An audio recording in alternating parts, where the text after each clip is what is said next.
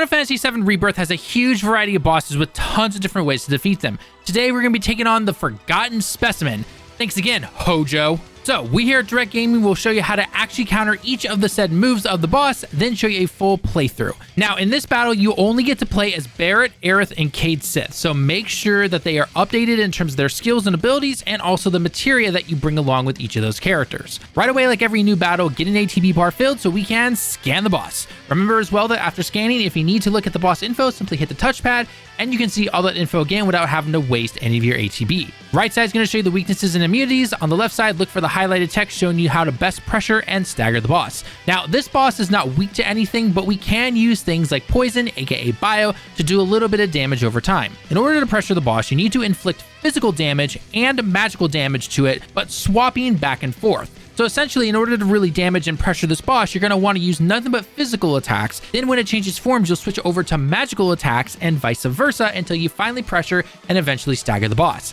Let's get into some more details on that, however, though. Alright, first off though, moves to watch out for. Overhead smash is a pretty basic jump and smash move where the boss will jump into the air and then come down on top of you unless you either roll out of the way or block. Nothing too crazy. Swing uppercut is another basic move you can perfect block, and the timing is pretty easy to get down unless you're mashing the attack button during that time. Using a synergy attack like Iron Defense is nice for a lot of the attacks, including Seismic Shock, which again is a very basic move. He also has a lot of frenzy-like moves where he'll basically be swinging his arms around a lot, so it doesn't take too much to either block or evade, but it is something just to keep in mind right there. Also, look out for the Mako projectile attacks, but again, nothing too crazy. When it activates Metamorphosis, this is where you need to switch your attacks to either physical or magical depending on how you started the fight. An easy way to tell which attacks you should be using is to either A, look at the form, or B, look at the reduced text that you see above the damage numbers, even if you see the words critical. One new move to watch out for is the Barbaric Mangling, where the creature will grab you, bite you a few times, then throw you. So make sure you either switch or use a synergy skill / ability to move your teammate.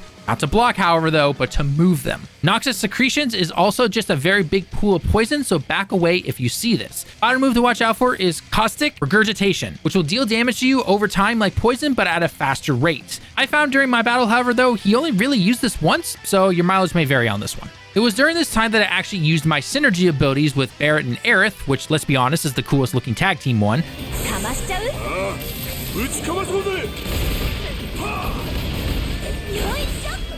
And even though parts of it were still doing some reduced damage, it was powerful enough to blast through some of its defense, since it's a combination of both magic and physical attacks. It was also after this point that Specimen decided to reactivate Metamorphosis, meaning I had to switch the attacks again. I did not realize it fast enough and ended up using Thunder, but you can see the reduced text on screen, so it means I had to go with physical attacks. The boss will also use Bio and other magic attacks, so make sure you have an antidote ready and are blocking when you need. Other than that, the first round is not too bad. Once you finally stagger him, go in for the big attacks. Do keep in mind that using something like Moogle Punch will increase the boss's stagger percent, which can help you out a lot. After the stagger phase ends, keep to the attacks until you finally get his health to about 40%. This is where everything will change. It's at this point that the boss will either gain Reflect or Shield, basically making him invincible to physical attacks or magical attacks. You can also target an arm and a tentacle. However, you're about to find out, at least in my playthrough, it didn't matter much in terms of the arms. Now, depending on the shield icon that you see on the name, you need to use the opposite of the attacks. So if you see a Reflect, then you need to use physical attacks. If you see Shield, then you need to use magic.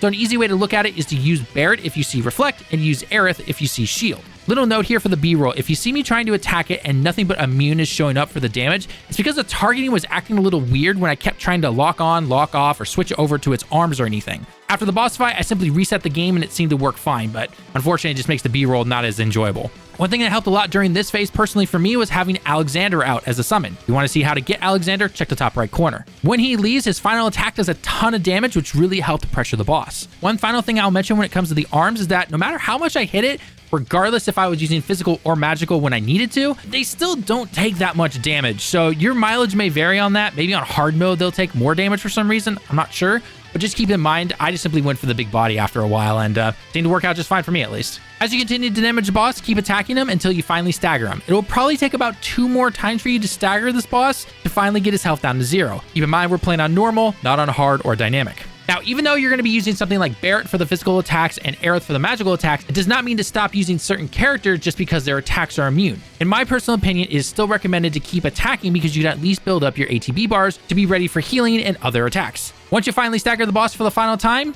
you win. And there you go, you have finally taken down the Forgotten Specimen. Thanks again, Hojo. God, I'm tired of your monstrosities. Now, here's a full run of the boss fight sped up a tad to show you how to take the specimen down. If you enjoy the guides and a like on the video shows us that you enjoy this type of content. And don't forget to check out our other Final Fantasy VII Rebirth boss guides, summon guides, and full playlists in the top right corner and pinned comment. Thanks for watching the video. I've been Talon with Direct Gaming. I hope you have a great day and week, and I can't wait to see you all in the next one. Johnny.